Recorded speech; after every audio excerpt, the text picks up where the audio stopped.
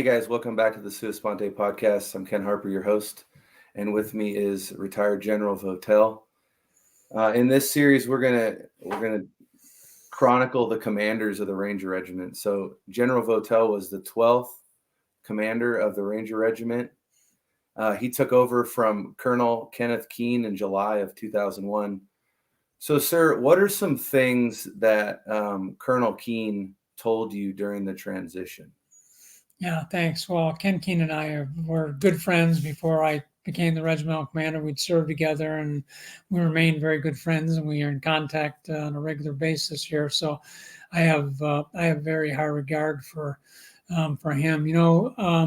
When I took over the Ranger Regiment in 2001, in July of 2001, the big issue wasn't the pending global war on terror. It wasn't some operational matter. The big issue was the changing of the beret. That was the time at which we went from the black beret to the tan beret, which, in retrospect, I think has been a pretty good move for the Ranger Regiment. It's not only sharp looking, but it's very distinctive for our regiment. But what I learned from Ken about that, he had to deal with it, and it's probably difficult for a lot of our younger Ranger listeners, Ranger veterans, to appreciate that some will. But this was a very emotional issue. And people were really upset about this, about having our black beret taken from us. But what I learned from Ken was the importance of steady, calm leadership through turbulence. In this case, caused by a decision that was made by the Chief of Staff of the Army. Just basically said, "Hey, we're going to change you. I'm going to adopt that black beret for the rest of the Army. Rangers, you can either keep it or do something else." And it was just, so what I learned about that, and what we talked a lot about, was the importance of steady, calm leadership through turbulent times. That really served me well, because as we talked about in our previous podcast, within about 45 days of taking command, the events of 9/11 occurred. And of course, that changed our whole world. And it certainly changed our regiment in terms of what we were doing. And we were on an uncertain path of what that meant. What does this mean going to Afghanistan? Is this a one and done thing like we did in Panama or Grenada or Haiti or something like this? Or is this something longer? We had no appreciation for that. So, what Ken Keene emphasized to me in important, steady, constant, forward-looking leadership could not have been more prescient. It was what I needed to do. It was what those who came behind me needed to do to keep the regiment moving forward. And in retrospect, I think it served the regiment well. We made a lot of mistakes in the beginning, trying to figure out how we were going to do this, how we were going to operate, how we were going to make contributions. But we managed to work our way through that by being forward-looking, by being steady and calm in our leadership, and looking for the opportunities and looking for the places where we could really make a difference. Well, I think that's interesting that you were there for the transition from the black to the tan beret. I also, one thing that's always stood out to me with that is just that upholding of Abrams' charter, and that we set the standard for the rest of the Army. And so that black beret, that's what that stands for me personally. I mean, I was way far removed from that, joining in 2009. So it was tan beret for me all the way. But that has always stood out to me as one thing we did. And now, since I've gotten out, it's, the rest of the conventional Army, they wear black PTs like we did in Ranger Battalion at one point. And so I think that steady leadership, it not only transcends from you and Kenneth Keene, but it goes down to the rest of us soldiers as we set the example for the rest of the Army. Yeah, that's right. The Chief of Staff who made that decision was General Eric Shinseki, who, by the way, is an extraordinary American hero, combat wounded in Vietnam, and just an extraordinary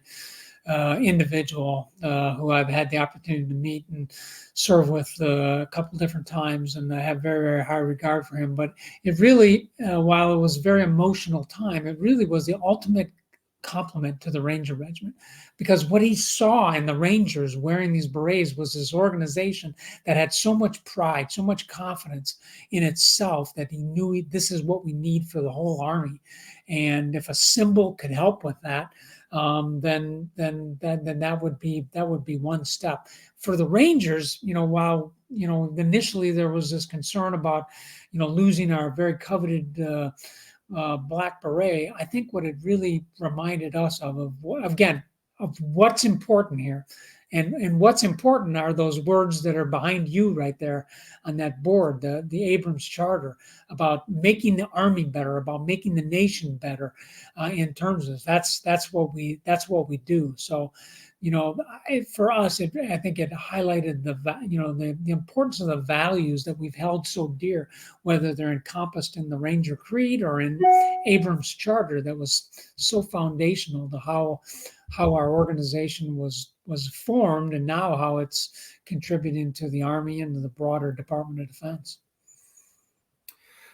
So, sir, what are some things you were prepared for or unprepared for when, you went from battalion command at 175 to regimental command?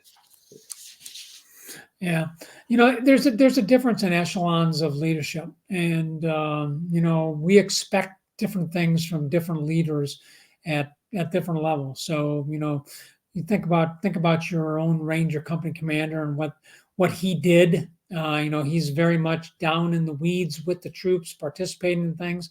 That changes a little bit when you get to the battalion level. The battalion level commanders are still very close to the tactical operations of the organization, and they're very much integrated into it. And so you're really focused down into the organization.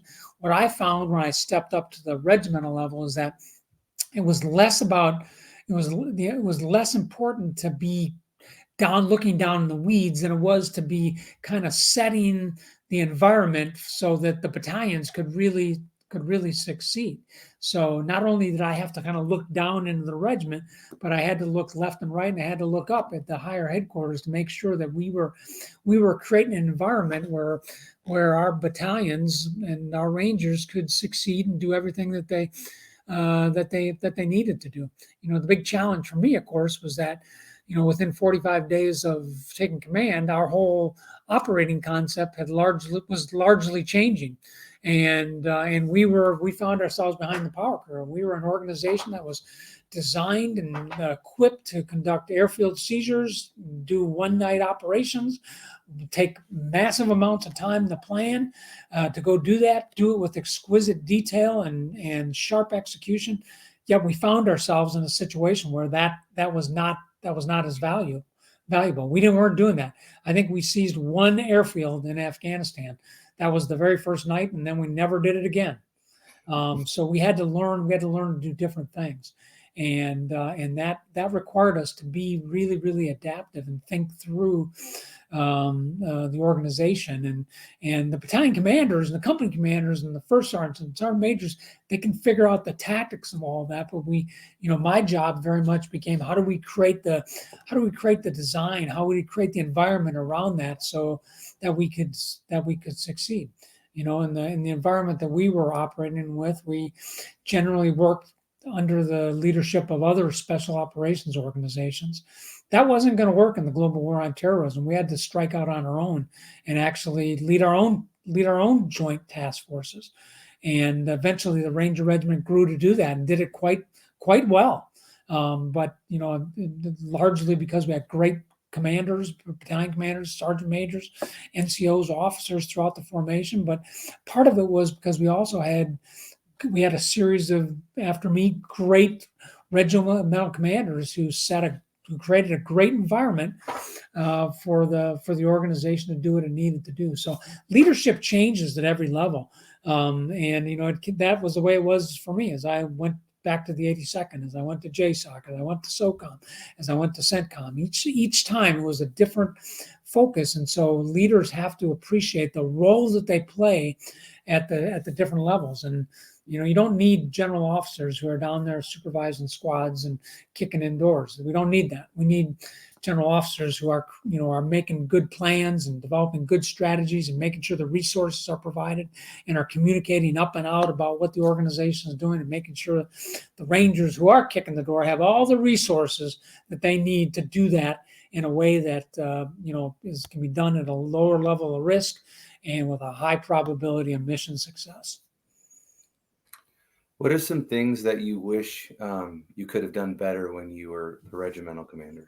I wish I had been able to project the direction that we were going to go in the global war on terrorism. I had no idea, even at the conclusion of my time in command in the summer of 2003. I had no idea that we would go on for another almost 20 years in the global war on terrorism in Afghanistan, and for a number of years in Iraq. And so, I think the one thing I wish I had been better at was being a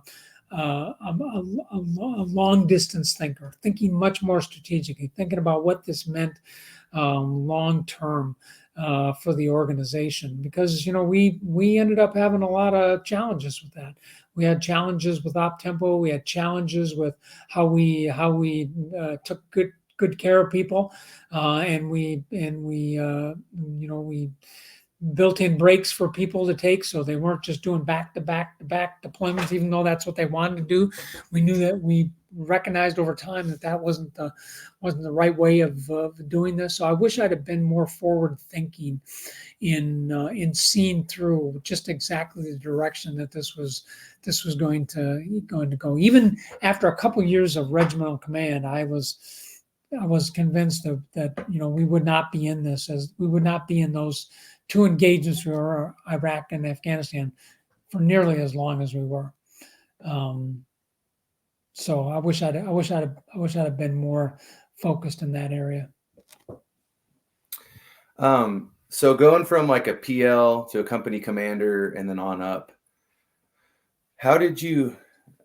what did you use to qualify and put different leaders in? Like when you're a company commander and then you had to select PLs, or were they just assigned to you? Is that how that works? Well, in some cases they're assigned to the companies. And when I was the battalion XO at 175, that was really the first opportunity I had to really, put a personal imprint on the officers that were coming at least in the first Ranger Battalion. The battalion commander obviously hired them, but as the XO, he empowered me to really kind of help run the selection process and identify the candidates and talk with them and make recommendations around that. And I took that very, very seriously. I thought it was perhaps the most important task that I performed as the executive officer, of making good recommendations on leaders that were coming into the battalion, because they were going to be our future. And I think the Sergeant Major did the same thing with that, in getting NCOs as they move along. I think these are really, really important things. And of course, we looked at all kinds of things. We looked at the physical aspect of it. We looked at people who had good past performance. Past performance is a key indicator of future performance, and so people that have been successful and are likely to be successful again. We looked at the thinking skills.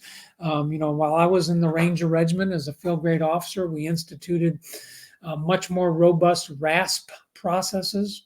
General McChrystal, when he was the regimental commander, brought in 360-degree assessments of leaders, and so we had this look. We used psychologists to talk to people so we could understand. All those things really, really kicked in. When I was a regimental commander, we went out and selected field grade officers to come into the Ranger Regiment. We took the regimental sergeant major and all the battalion commanders, and we spent a week out at Fort Leavenworth interviewing majors and senior captains to come back in. And they went through a physical aspect of it so they could meet the standards.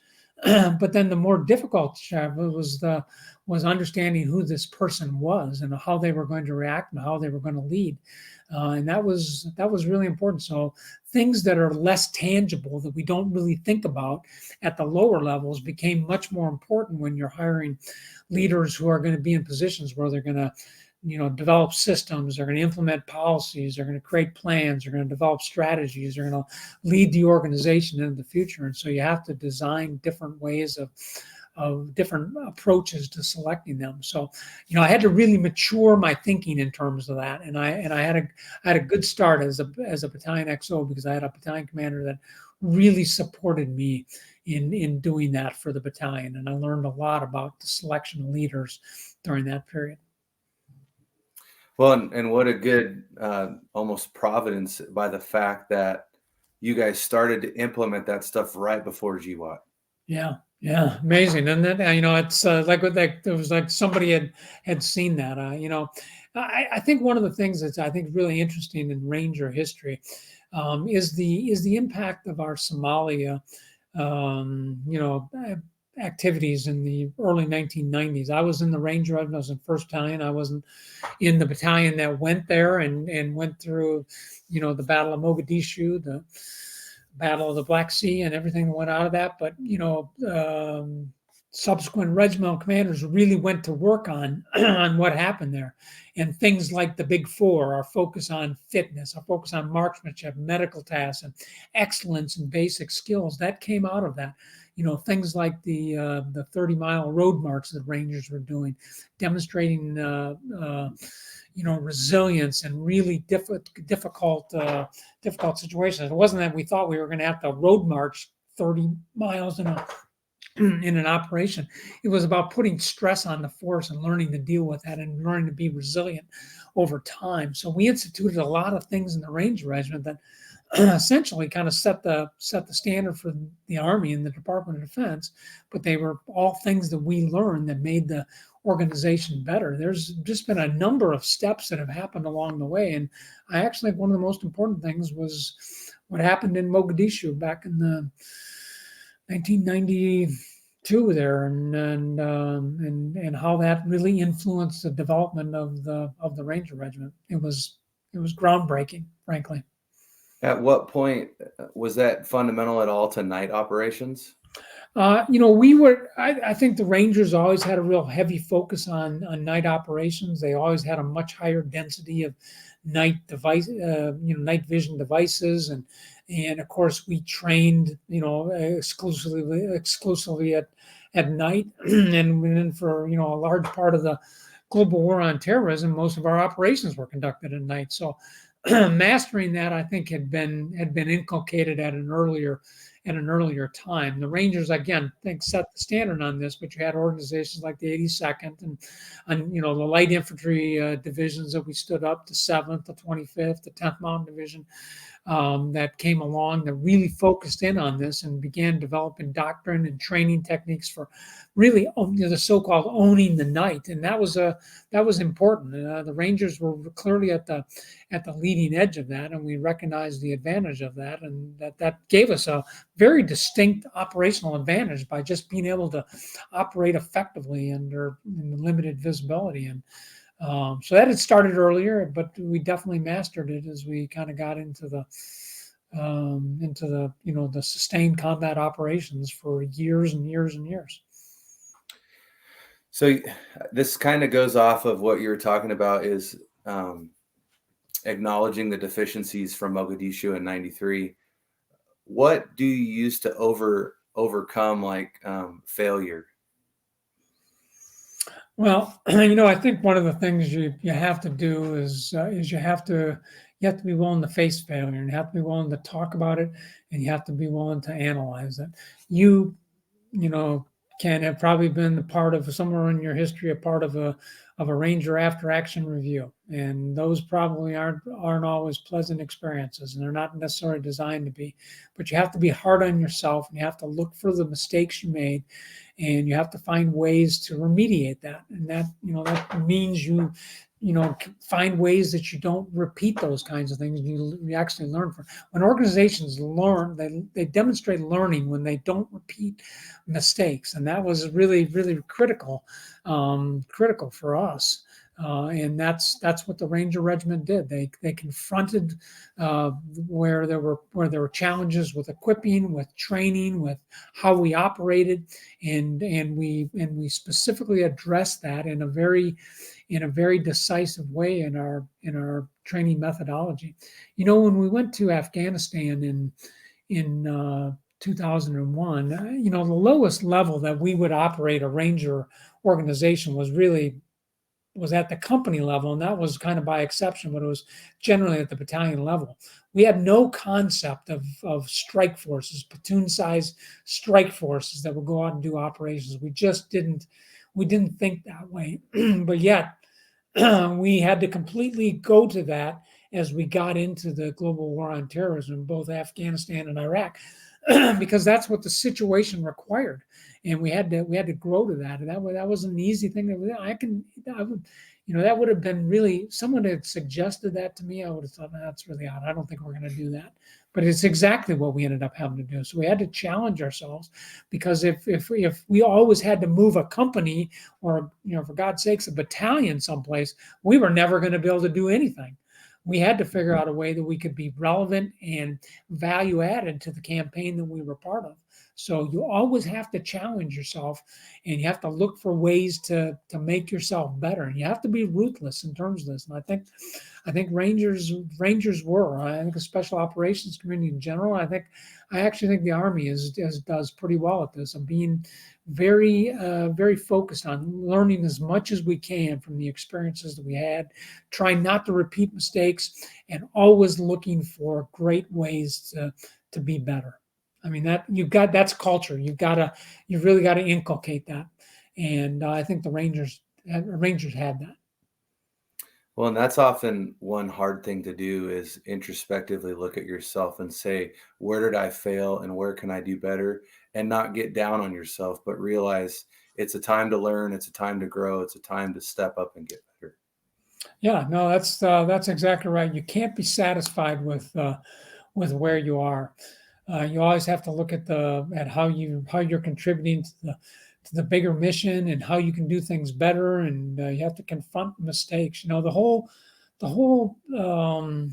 special operations community grew out of a failed mission in Iran back in the spring of 1980. I mean, the reason we have a CENTCOM, the reason we have special mission organizations, the reason we have the command and control we have right now, the reason we have the funding authorities and the equipping authorities that we have, really grew out of all of that, because that mission was a failure, and it was a national embarrassment, and we did not serve the American people well in that case, and we had to do better. And so out of that, we developed and grew this extraordinary special operations capability that is the envy of everybody in the world. And is one of the most capable forces, is the most capable force on the planet Earth here. But that grew out of failure, and that's what I'm not. You shouldn't have. You have to accept failure. It's going to happen. You're going to have setbacks, and you have to learn how to figure out how you move forward from that. Well, and it was really hard too, because we went from what we were used to in conventional Army battles, knowing your enemy, them having a uniform, knowing distinct sides, to almost urban guerrilla warfare of who's who's bad, who's good. I mean, you kind of see it a little bit in Korea and Vietnam, but it really highlights in GWAT.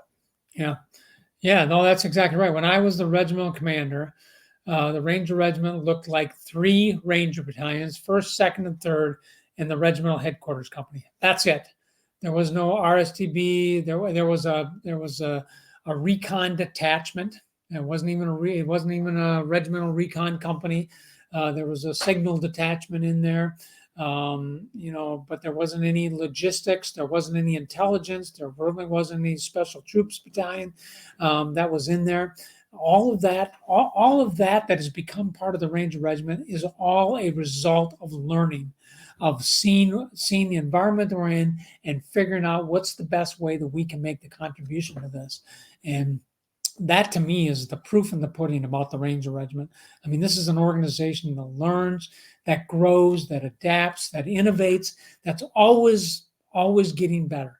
And that's why, I kind of say it would be difficult for me to be successful in the Ranger Regiment today, knowing what I know, because my experience was much different. These are much more adaptive leaders, much more focused on kind of the dynamic environment that we operate in today, and we had to let go of some of the more rigid ways that we trained and operated in the past to adapt to the environment that we found ourselves in.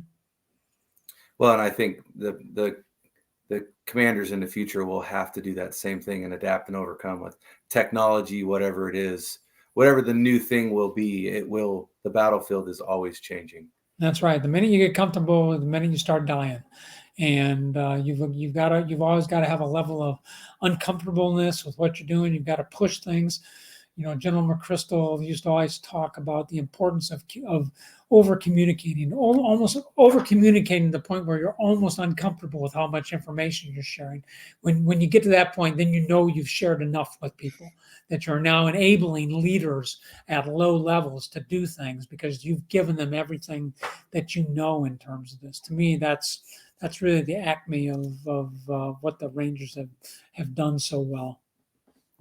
So I know we've talked about this quite a bit, and I don't want to beat a dead horse, but you do have something very unique about you in being the first commander that took us into GWAT.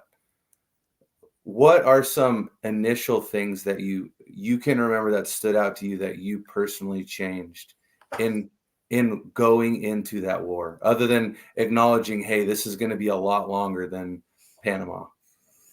Yeah, well, I think after a few weeks, I think we began to recognize that we needed to get into a cycle of deployments and readiness that would sustain us over time. So, we had this thing called the George cycle that was how we got people ready and did things. It was kind of our cycle of things.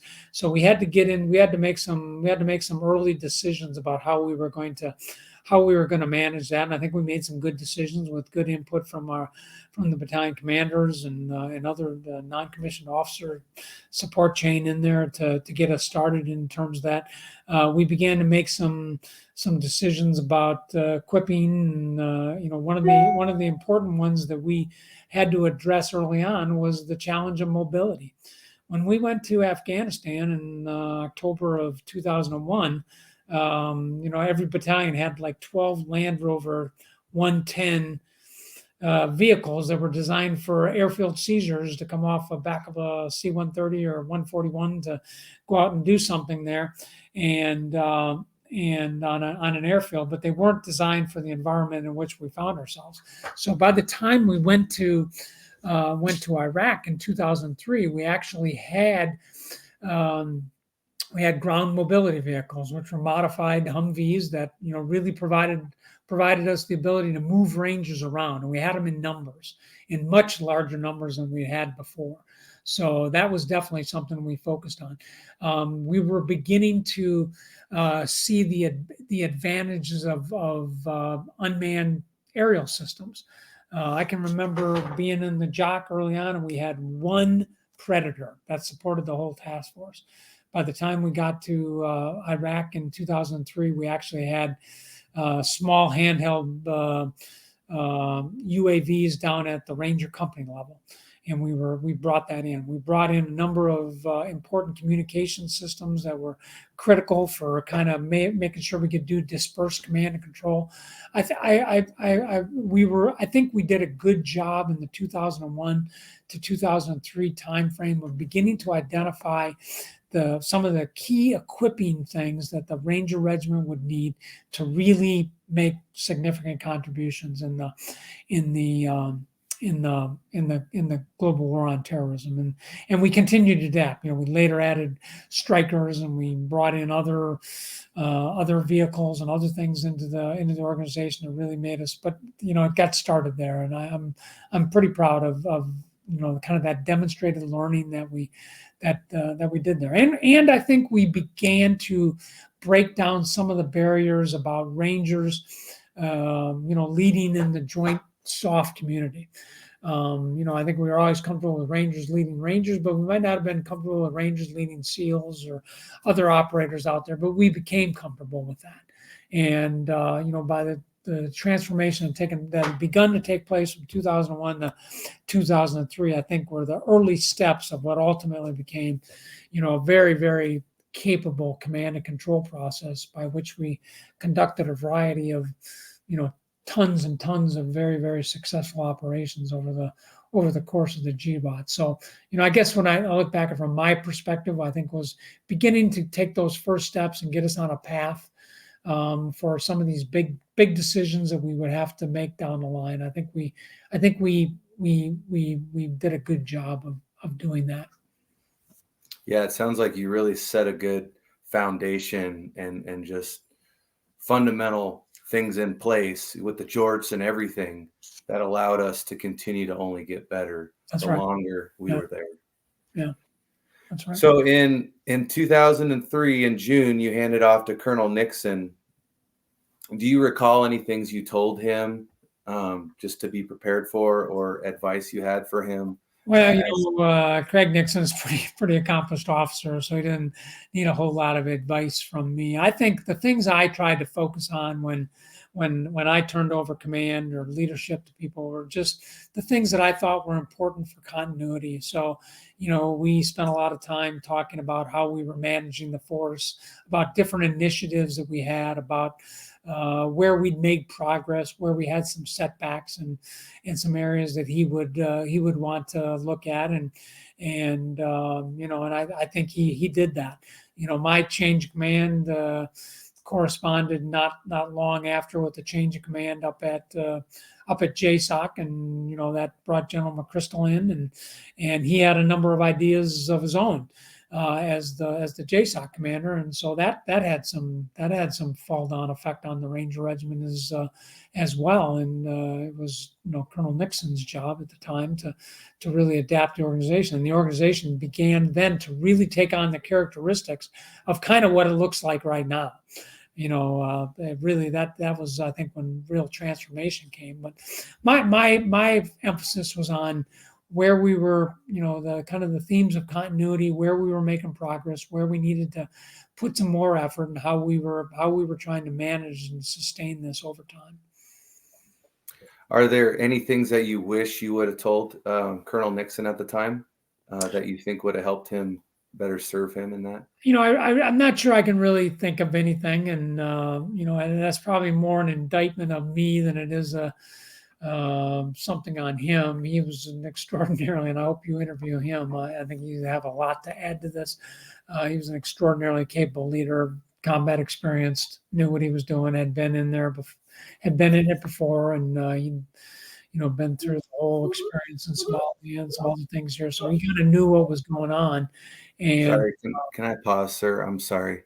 My son is knocking at the door. Okay. He wants to say hi. I always introduce him to all the guests, and he's all right.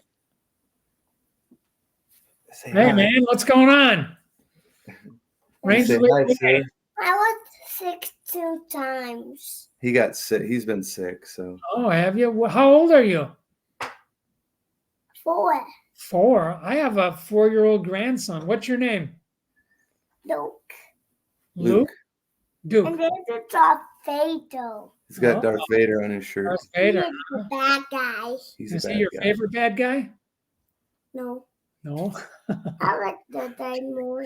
He likes good guys more, he said. Yeah. All right, buddy. I got to finish this up, okay? And then I'll come play. Okay? But I want you to blow up a punching bag. Okay, I'll blow up your punching bag when I'm done, okay? See you later. Say bye. You can put the bag in the ticket. You can punch it and kick it. All right, say bye, buddy. Bye. See you later. All right, go get Mama. I'll be up in a minute. Daddy, I don't want you to lock it. I need to. I love you. Sorry about that, sir. That's all right. You were talking about having Colonel Nixon on and that he would have some good insight. Yeah, I mean, he was a very capable officer, and had served in the higher headquarters and had some pretty unique experiences. So, and had great relationships with this. So, his success wasn't determined by the quality of the advice that I gave him. It was determined by his own skills and attributes and experience that he really brought to bear. But I would just say that I'm very glad that he and I enjoyed a good relationship before then. We enjoyed a good relationship through the transition, and we enjoyed a good relationship afterwards. And I think that's about as much as you can ask for in this. And he was. I could not have picked the better person to come behind me, and I think he did a great job. Moved the organization forward, and again, did what Rangers do. Rose to the occasion, saw what the mission was, and moved towards it. So I just had a couple of more leadership questions after this. How do you generally try to add value to others?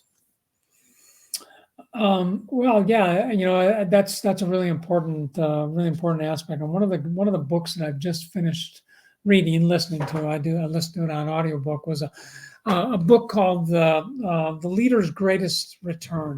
And what the book talks about is it talks about a variety. It talks about the importance of leaders developing leaders. And my personal view on this is that there's no more important responsibility for a leader than developing those who come behind you. And I mean, that's where the continuity of the organization comes from. That's where the ability to move forward comes from, for the innovativeness, the adaptability, the energy that's needed to keep the organization moving forward comes from the leaders that are developed. And I think it's the most important piece. And I think one of the most important things you do is you have to empower people. One of the things, and I learned this when I was at SOCOM, but most importantly at CENTCOM, was the importance of trying to get decision making down to the lowest competent level. You've got to fight the urge to try to control all decisions at your particular level if you're a senior leader. And you got to make sure, you got to recognize that there are leaders down there who have a much better view, much better understanding of what's happening, and are in a much better position to make an informed decision. And so I think one of the ways you do that is by empowering people and pushing decision-making authority down. And at the same time, building trust with your leaders and making sure that they know that you, as the more senior leader, have their backs. I can't emphasize how important I think this is of, this inverse relationship between where you make decisions and who holds the risk. And I think that when leaders know that their bosses have got their backs and are going to, do everything they can to make them successful, I think they shine in those examples. I think that's to me that's really important. And it doesn't mean that people aren't going to make mistakes. They are. People make honest mistakes in the pursuit of higher things all the time. You got to recognize that there's going to be setbacks, but not everybody has to be shot in the face over it. You got to, again, like we talked about, you got to assess what happened here. How do we move forward? And then you got to take steps to do that. And senior leaders create the environment around which more junior leaders do all those things and move through that. The real acme of leadership, and when I think about times when I've had failures in leadership, it's largely been because I haven't done a good job of preparing a leader who was working under me for the roles and responsibilities that he or she had. And in some cases, that preparing means, if they're not qualified, getting them out of that position so that you can get somebody in that is. So I think there's no higher responsibility than selecting leaders, empowering them, getting decision making down at the right level, holding risks, building trust back and forth between different echelons of leadership. To me, that's what it's all about. Yeah, I actually got these questions from the Leader's Greatest Return. I saw you post about it on LinkedIn a couple days ago, and I was like, I'm going to read that before I discuss with them. Good. What are some ways that you learn from others? Yeah, I mean, I think you have to, I think I was an observant leader. I watched people, I watched people around me. Certainly watched the leaders that were above me and the things that they did, and I tried to understand what was good and what was not good, and tried to emulate, copy those things that people did that were good approaches to how they did things. And then I tried to not repeat mistakes that I made. You learn as much from bad leadership as you do from good leadership. And so I think it's important to be observant of what's happening around you and recognize why people do the things that they do. And for me, that was really really critical. I when I was the battalion XO over 175, my battalion commander was a guy named Mark Pentecost, just a fantastic officer, and real influence on me. But he used to talk about the importance of knowing the difference between when you give people mission orders, meaning you let them exercise as much initiative and innovation as they can in accomplishing the mission. The difference between that and when you had to be more centralized in the approach to leadership. Sometimes you have to tell people, this is what I want you to do, and I want you to do it in this particular way. So think about an airfield seizure and how deliberate we were in terms of giving instructions to people about what they did on an airfield, because that was a complicated, complex mission that required some real exquisite execution, and people had to understand what was going on, because there were a lot of people that could be impacted on them. That's not the same case when you went out and were hitting a target in Afghanistan, where people could exercise a little more initiative in terms of it, but you had to appreciate the difference between that. So, I learned that from one of the leaders that I was exposed to, very early on, and I carried it with me throughout the rest of my career. It was really a foundational lesson learned for me. Yeah, I think that's a really good thing to differentiate between an airfield seizure and then just any old house compound in Afghanistan, how different they can be, but how you can dynamically think through those two differences. Yeah. How has your wife helped you as a leader? Well, someone asked me one time, who's the best leader that you ever were experienced to, and I thought about it in a second, and I thought through some of the senior officers or non-commissioned officers that I had served with, and I certainly would put them in that category. But I would consider her to be one of the best leaders that I have ever seen. She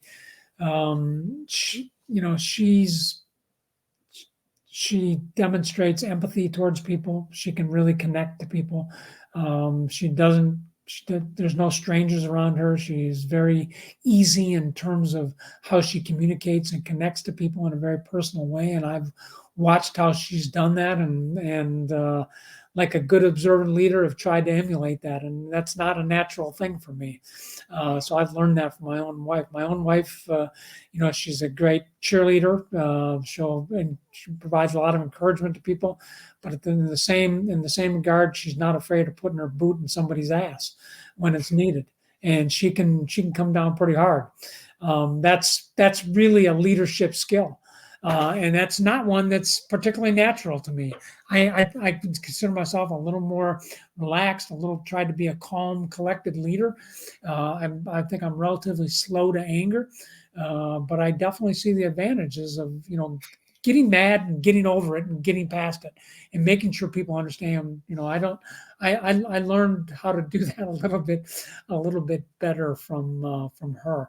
And then again, she has a great way of just kind of seeing the big picture. So, like we talked about in the other podcast here, you have to have people around you that ground you, that keep your keep your head from getting so big or getting so exalted with the positions or rank that you hold that you think you're impervious to criticism right here. You have to have people around you that can whisper in your ear and remind you of what's really happened around here. And she does that really, really well for me.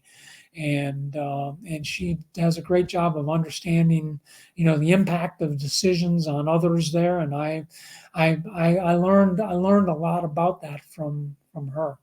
And I would just tell you, she loved the life as much as I did, no doubt about it. When we retired, after 39 years, I was ready to be done. That was all good for me, but it was very difficult for her.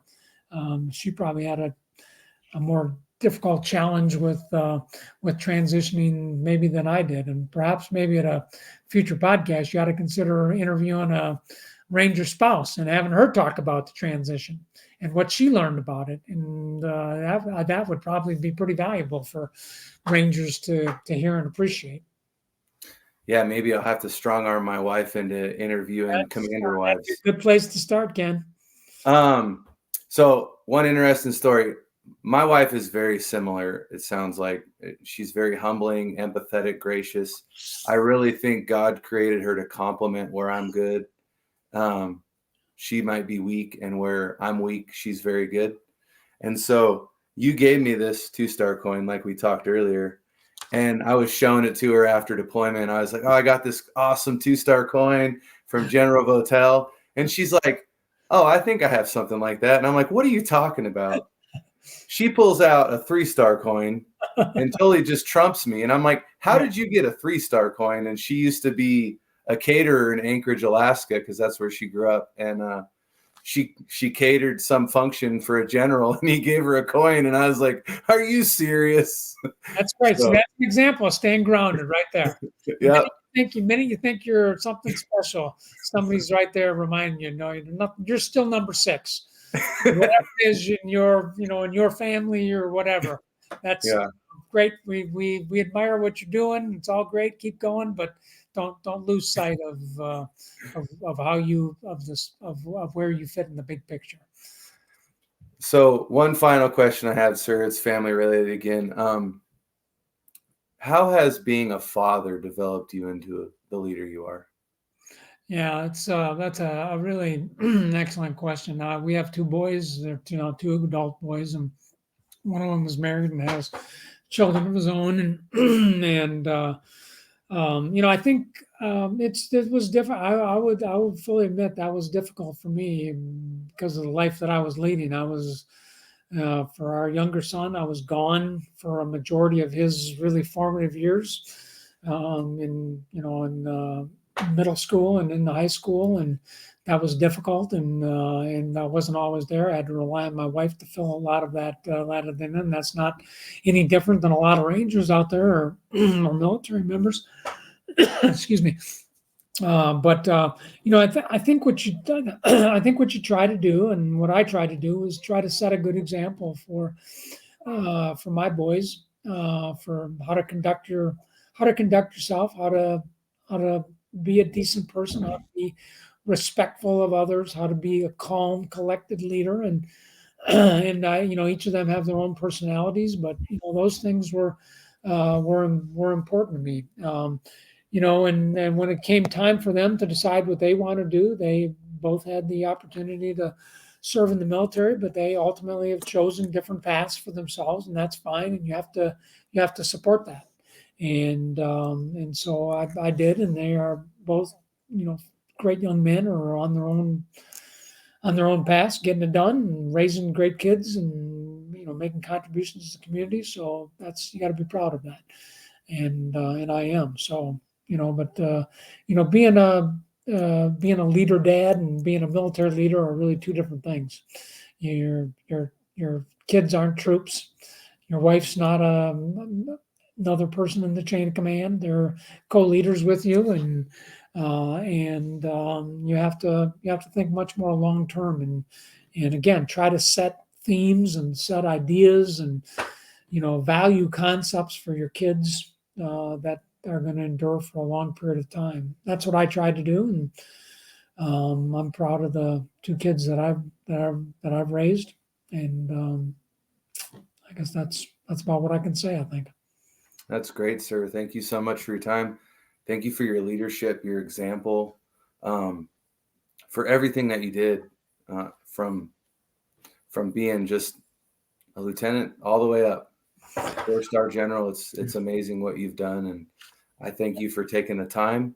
I hope people learn from this and gain leadership and just can help their families and help to make society a better place. Thanks, Ken. I appreciate you guys doing this. This has been really enjoyable. These kinds of talks are actually pretty therapeutic for me. Which kind of goes back to what we talked about in our last podcast.